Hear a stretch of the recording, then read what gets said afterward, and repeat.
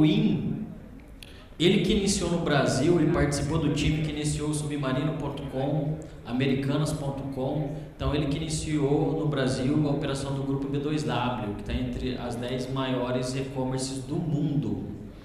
Ele também participou da startup da Xiaomi, que é a Apple da China, que vale mais de 400 bilhões de dólares. E ele também, no fundo, ele articulou a compra da 99 Táxi pela Didi. Então é um cara muito sério e a gente fica muito feliz de ele estar envolvido com a gente nesse projeto. Seja muito bem-vindo, Inche. Obrigado, Ale. A gente treinou bastante para ele falar meu sobrenome hoje, né? Sempre uma dificuldade. Obrigado a todos pela presença. Acompanhei bastante o evento ao longo do dia. Acho que foi muito importante um evento desse tipo para nosso público começar essa relação, começar a desenvolver novos conteúdos e também inserir novas oportunidades de negócio. Também agradeço a Sol pela organização, pelo baita evento e a presença de todos, ok? Então, na verdade, até como o Ale comentou, eu tenho uma prefeita em casa esperando, que hoje é aniversário dela também, então não vou conseguir atrasar muito. Como o Ale comentou, eu tenho uma origem chinesa, eu trabalhei em empresas chinesas, então isso me fez aproximar mais do mercado local, do mercado chinês, especificamente de tecnologia. E isso que eu queria trazer rapidamente para vocês, para desmistificar um pouquinho do que cada um de vocês tem sobre o que é a China. Ok? E aí depois a gente passa sobre a questão do investimento. A gente tem vários clichês que estamos acostumados.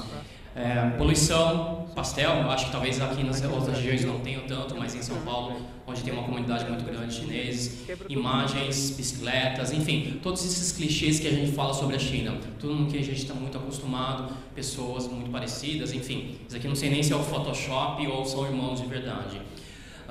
E aqui tem uma figura um pouco mais conhecida, talvez, um Jack. Quem que é esse Jack? Jack Cheng, certo? Jack Cheng, por acaso, ele é o garoto propaganda da Embraer, Ásia. Ele mesmo tem 2 lineages. Mas tem um outro Jack que provavelmente muitos de vocês já viram na internet, já ouviram falar, assistiram um vídeo. Nos últimos 2 anos ele ganhou bastante destaque, que é esse cara aqui. Alguém sabe o nome dele? Ok, Jack Ma. Jack Ma é o fundador do Alibaba, que é o principal e-commerce na China. Ele detém mais de 80% do mercado. E agora é um dos grandes expoentes e representantes dessa nova China.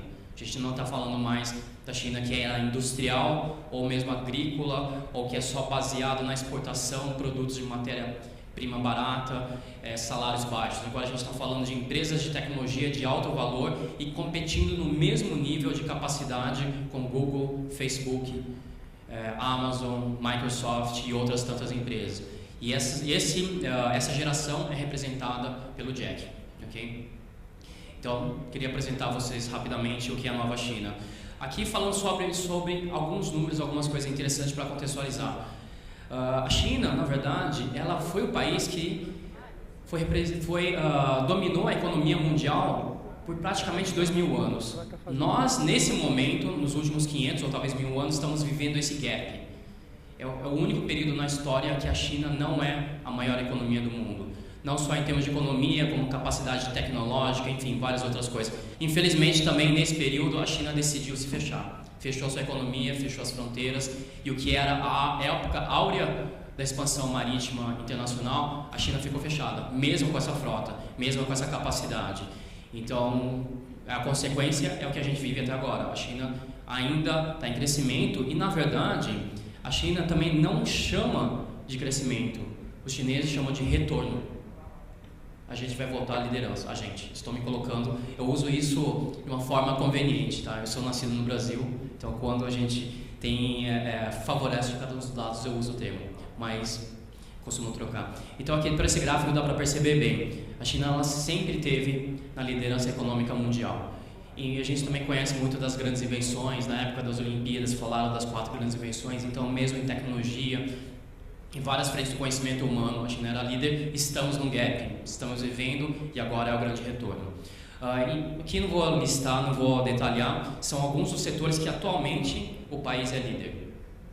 Muitos dos setores que têm a ver diretamente com as cidades, a economia, os negócios de cada um de vocês, os negócios principais no nosso país também. A China já é líder e muitas vezes a gente não sabe, principalmente por um gap de informação, por uma deficiência de informação que o mundo ocidental de uma forma geral tem. Okay? Aqui para ilustrar Xangai, eu sei que alguns de vocês já estiveram lá, 1987, não é uma data tão distante, e 2013 também não é uma foto atual, mas já mostra a grande diferença, a grande pujança de Xangai, que talvez seja uma das cidades mais conhecidas, mas ela não é a maior cidade, nem em termos de economia, nem em termos de população.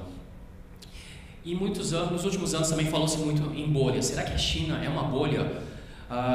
E eu vou trazer algumas informações só para respaldar isso. Crescimento da produtividade, a gente não está falando só em crescimento normal da economia, mas a própria produtividade do chinês aumentou muito ao longo dos anos. Isso comparando com países tanto emergentes quanto desenvolvidos. Cadeia de suprimentos completa. Toda a história agora que o Trump, quando ele assumiu, querendo trazer as produções de volta para os Estados Unidos, como se fosse simplesmente transferir a fábrica, não é factível. Uma boa parte da linha de fornecimento, da cadeia de fornecimento da Apple, está baseada na China. Então não adianta só a Foxconn, que é a fabricante, ela mudar a fábrica. Ela teria que levar todo o ecossistema de mais de 40 empresas juntos para que o iPhone possa ser produzido de uma forma competitiva na China. Trabalho, exatamente também nessa questão. Nos Estados Unidos não existe mais essa quantidade de pessoas, de mão de obra qualificada e disponível nessa quantidade. De novo, a Foxconn, que é a fabricante do iPhone, eles têm mais de 1 milhão de funcionários e eles têm a capacidade de mobilizar 400 mil pessoas num curto prazo de tempo. Obviamente não existem mais projetos, negócios que demandem tantas pessoas de uma hora para outra, mas a empresa tem capacidade de mobilizar isso. E o que é curioso também, agora ela é uma das líderes internacionais na robotização das linhas de produção. Uma boa parte dessa mão de obra está sendo desmobilizada em função da produção. Infraestrutura de qualidade, acho que uma boa parte de nós que tem uma vivência muito grande de interior, nessa necessidade de exportação, de escoamento e logística, vivencia muito isso. A qualidade de infraestrutura, tanto de prédios, cidades, que aqui é o exemplo de Shenzhen, essa cidade do sul da China. Em 2016 eles construíram mais arranha-céus do que Estados Unidos e Austrália juntos, 2 países juntos. Do lado tem um exemplo do One Road One Belt, que eu vou falar um pouquinho mais para frente sobre o que é esse projeto. Mas a infraestrutura da China, ela mostra muito bem o que é possível fazer com um planejamento de longo prazo, com um planejamento adequado e os recursos. Tanto que um país que na Ásia e os investidores de forma geral olham como a próxima China, que é a Índia, que tem uma população talvez não, obviamente não tão grande, mas também robusta, os chineses, a análise dos chineses é que eles não têm a infraestrutura suficiente para sustentar um crescimento como a China sustentou nos últimos 10, 20 anos. Okay? A maior reserva mundial, e aí não preciso nem entrar em muitos detalhes na questão da economia, pesados investimentos em tecnologia, isso é um pouco mais a minha área. Nos últimos anos, nos últimos 10 anos, a gente pode colocar dessa forma, a China foi um dos grandes expoentes no investimento em tecnologia, nos últimos 2, especificamente em inteligência artificial. Agora a China já publica e já registra mais patentes do que o próprio Estados Unidos. Okay? Isso é uma das grandes consequências da base de educação. A quantidade de graduados que são e não são graduados meramente, como muitos países fazem. E aqui a gente tem muito disso, né? Faculdades privadas que não têm uma qualidade tão boa, mas tem uma grande quantidade de alunos. Okay? Mas e o que aconteceu nesse período no Brasil? E aí a gente gosta muito de enfatizar o quão a China tem sido parceira já do Brasil. Não é uma novidade para ninguém, na verdade, de fato, também não estou trazendo nenhuma informação nova. Mas nesses últimos anos, com não só a desaceleração da economia, como todo o esfriamento da economia brasileira, e eu sofri na pele isso também com o investidor meu, os investidores americanos foram embora. Uma boa parte de investimentos não especulativos, mas alguns também produtivos, simplesmente foram embora. Enquanto isso, a China foi o grande investidor em projetos estratégicos, projetos de infraestrutura. Isso já vem acontecendo há muitos anos e, obviamente, uma boa parte de vocês também já vivencia o quão importante a China é na compra de commodities, o grande parceiro comercial, agora também infraestrutura. E o próximo passo é tecnologia. E tecnologia, na verdade, permeia todos os mercados. permeia desde a indústria até o agronegócio também. Em várias conversas que eu tive com vários participantes, vocês mencionando o quanto a agricultura, o agronegócio brasileiro já é desenvolvido tecnologicamente. Isso também mostra muito bem essa força. E aí por isso que também quero introduzir rapidamente, e aqui eu vou correr um pouquinho, tá? Sobre a questão do que é a China digital. Por que é, e a gente estava conversando ontem um pouquinho sobre isso, não é só uma questão do trabalho, é uma questão muito básica. Número 1, tem muita gente, as pessoas estão concorrendo, no dia que você nasce, você já está concorrendo com 1,3 bilhão de pessoas. Isso te força a ser muito bom o tempo todo. O tempo desde que você nasce, vamos dar um exemplo banal de um espaço na maternidade, você vai para a escola, vai concorrer com seus colegas, vai para a universidade, vai para um vestibular concorrer na universidade, para o mercado de trabalho. Isso aqui é uma foto de uma feira de empregos. Então o chinês tem que ser muito bom o tempo todo. Desculpa. A questão da digitalização, então existem mais de 800 milhões de usuários de internet atualmente, de celulares, desculpa. Uma boa parte disso de pessoas que usam o celular para acessar basicamente a internet. Então, como muitos de nós nunca acessou a internet pelo computador, então isso dá espaço para muitos serviços novos que anteriormente, quando a gente estava amarrado na mesa, não conseguia. Disponibilidade de capital, que isso é uma das coisas que eu vou comentar um pouco mais para frente. As grandes empresas surgindo, grandes empresas, se você pegar o ranking das 10 maiores empresas de internet do mundo, 4 são chinesas. Isso mostra a posição já consolidada no mercado internacional. Inovação, e aí uma inovação que a gente chama de inovação roots, vamos usar as terminologias no momento, roots e Nutella, né? E Nutella é aquela que é desenvolvida no laboratório, dentro dos escritórios, e o roots é no chão de fábrica, no espaço físico, no mercado. Isso é inovação na China, ok? Isso somado à capacidade de distribuição e e-commerce gera situações do tipo, essa menina, é uma foto que eu tirei, ela é uma vendedora que é numa cidade de Shenzhen, ela monta celulares e ela pode atender um pedido que o Juan, que está sentado aqui, fez. Então toda a competitividade da indústria chinesa do desenvolvimento, ele é expandido sem limites para o mundo todo por causa do e-commerce. Se eu perguntar para alguém, para as pessoas daqui levantarem a mão, quem comprou no AliExpress, provavelmente uma boa parte de vocês já fez. Tudo bem que a gente compra produtos de baixa qualidade por enquanto, mas tudo que é de alta qualidade e uma pessoa que é uma vendedora simples pode ter acesso, ela consegue fazer. Esse é a expansão dos limites geográficos da inovação chinesa. Aqui a gente está falando um pouco mais de pagamento via celular, por exemplo, que é a grande coqueluche do momento. No ano passado foram mais de 80 vezes as transações da China versus Estados Unidos. A China foi 80 vezes maior. E pagamento via celular é um dos grandes sonhos da maioria dos empreendedores de tecnologia. A grande comparação, todo mundo conhece a Amazon, sabe que o Jeff Bezos é um dos caras mais ricos do mundo, e a gente tem do outro lado o Alibaba, que eu já comentei, o Jack Ma. Eles transacionam muito mais, eles têm um modelo de negócio mais tecnológico, eles têm o que a gente chama de ecossistema, um ambiente aberto, versus o que a Amazon faz, que é um império. Então, toda a visão de império americano eles estão reproduzindo. O que isso significa na prática? A Amazon precisa comprar as empresas, o Alibaba conecta todo mundo. Então, se a gente pegar um ambiente como esse nosso agora, ao invés de necessariamente a gente ter que ficar comprando terreno, possuindo todos os prédios, a gente pode desenvolver e expandir nossos negócios através de parcerias. E esse é o espírito que eu trago trazer para vocês, para essa relação com a China. E agora já indo um pouquinho para o que a gente está conversando, a expansão internacional, a expansão global da China. Como eu comentei, a China só está retomando, mas tem três visões principais nessa questão da expansão. A expansão de mercados fornecedores, e é o que o Brasil já é há muitos anos, fornecedor de matéria-prima, só que também fornecedor de produto de consumo. A classe média chinesa e a classe alta chinesa, em números absolutos, ela é maior do que a população dos Estados Unidos. O mercado de luxo chinês é algo que expandiu mais nos últimos anos. E é algo que tem sustentado o crescimento das grandes marcas internacionais de luxo ainda. Então, os chineses buscando fornecedores de produtos de matéria-prima e fornecedores de produtos de consumo.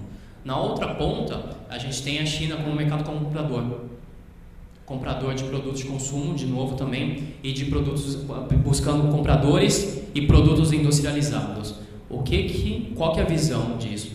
A economia chinesa também não cresce mais a 2 dígitos já há alguns tempos, vai começar a crescer abaixo dos 5%, só que a economia e a indústria continuam produzindo no mesmo patamar. Ela precisa vender para alguém, ela não vai vender mais internamente. E a última parte, que é a influência. A gente aqui no Ocidente, principalmente na América, vive a influência americana. Os chineses, para também consolidar nessa posição de busca de mercado fornecedor e consumidor, ele precisa estabelecer influência. Estabelecer influência culturalmente, através do idioma, através de escolas de mandarim, através de filmes, como o Japão já fez nos últimos anos, como os Estados Unidos sempre fez. Não, achei ele fraquinho aqui. Opa, aqui. E aí trazendo um pouco na prática o que isso significa em termos de investimento. Acho que muitos de vocês já devem ter ouvido falar sobre One Road, One Belt. É a versão moderna do que era a Rota da Seda, que passava pela uma boa parte da Ásia, uma parte do leste europeu. E agora eles estão atualizando isso, e essa construção, e esse é um projeto que tem um investimento de praticamente 10 trilhões de dólares em alguns projetos e algumas áreas de infraestrutura que a China está bancando através do presidente atual, uma visão de 20 e 30 anos. E o que eles estão fazendo? Construindo infraestrutura na Europa, no leste europeu, no Oriente Médio e na África. Basicamente, para desenvolver o mercado consumidor na ponta, para ter para onde exportar, para desenvolver também, criar mais empregos locais para as pessoas terem uma renda maior para continuar comprando produtos chineses. Essa é a estratégia atual que estão desenvolvendo, e isso é que uma boa parte desses países, são mais de 60 países, estão se aproveitando. Então são muitas regiões, muitos países do Oriente Médio, do leste europeu, dentro dessa pegada. Ok? E aí trazendo um pouquinho mais para a nossa realidade, a gente tem no ano passado, também no ano retrasado, assinatura de acordo do Comitê Latino-América, Países Caribe e China. Então esses são alguns dos programas e é o contexto que eu comecei a trazer um pouquinho para vocês, para a nossa realidade mais próxima, para a gente estar hoje conversando um pouco sobre investimento chinês. Então os investimentos, só recuperando o que eu tenho falado, eles já vem acontecendo. A China ela precisa expandir, e ao invés do modelo antigo de simplesmente vender para fora, esperar que os clientes comprem de algum lugar, que eles possam ir para a China, comprem, chegam nos seus mercados locais, agora a China está começando a expandir a sua presença fisicamente, através de dinheiro, através de influência nos mercados, desenvolve o mercado, prepara aquela região para comprar meus produtos. Eu não posso me dar o luxo de esperar que os mercados venham, que agora a competição é muito acirrada. Estamos num momento muito diferente da história. Falando um pouquinho então, e aí falando oficialmente da parceria que a gente vai anunciar hoje, que a gente está anunciando hoje, é uma cooperação de captação de recursos para projetos aqui no Brasil.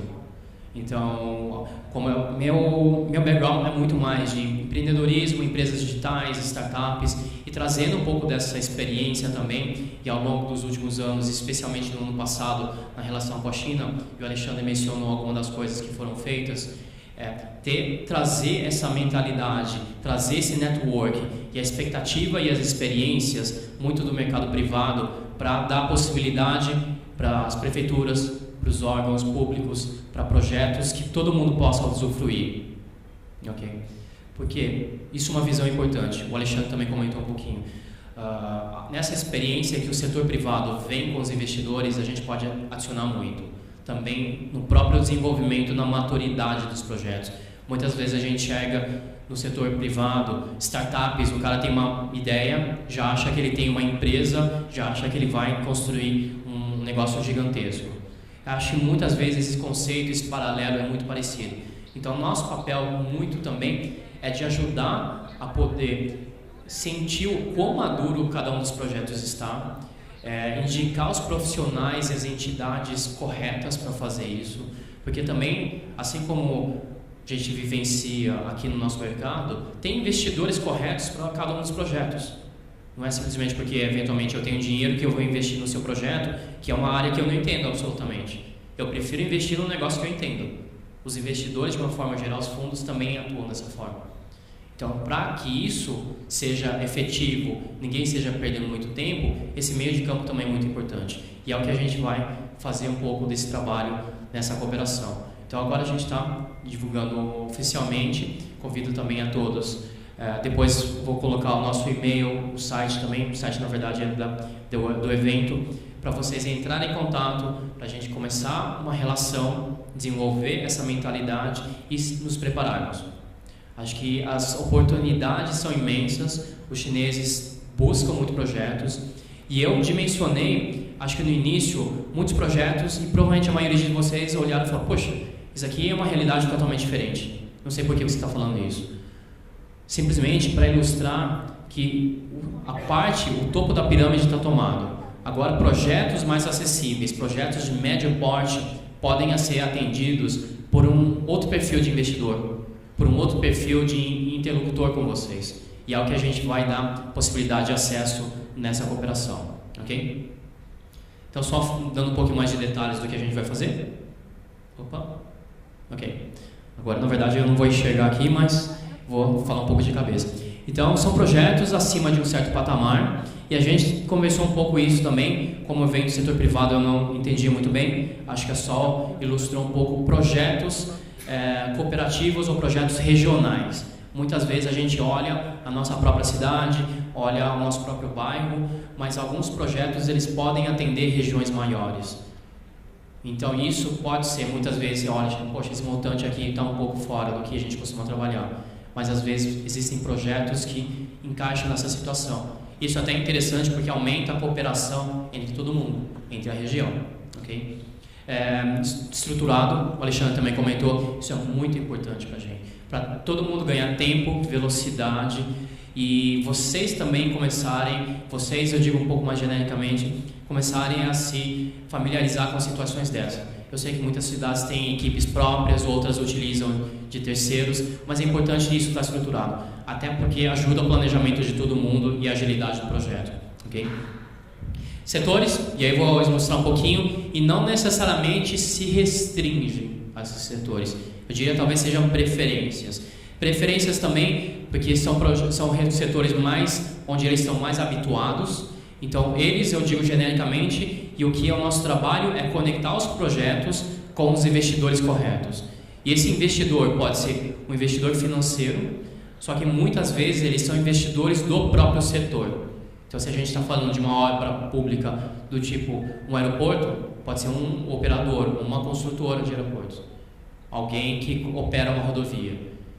E aí isso, muitas vezes, ou uma boa parte das vezes, casada com algum agente financiador. Porque exatamente é um estímulo do governo para que eles possam exportar serviços, gerar novas divisas, enfim, trazer nova receita para o país. Fontes, e aí estava comentando um pouquinho mais, garantias, e aí dependendo da natureza do projeto, obviamente, tem projetos que são simplesmente investimento, outras são serviços públicos que geram receita, isso obviamente para estruturar, e as condições vão ser definidas de acordo com cada um dos projetos e com o interlocutor. Então isso aqui, de uma forma muito ampla, a gente está começando uma conversa hoje com vocês. Nos últimos meses, junto com o Alexandre e com a Sol, a gente vem debatendo muito como apresentar isso, como estruturar. Também é um aprendizado nosso, porque os chineses não estão acostumados a investir, talvez nessa área especificamente, mas a questão é o seguinte, é que existe a disponibilidade de capital, existe o interesse em investir em projetos mais sólidos, e acho que isso a gente pode fornecer para eles através do projeto de cada um de vocês, das suas cidades, das suas regiões, podem desenvolver, ok?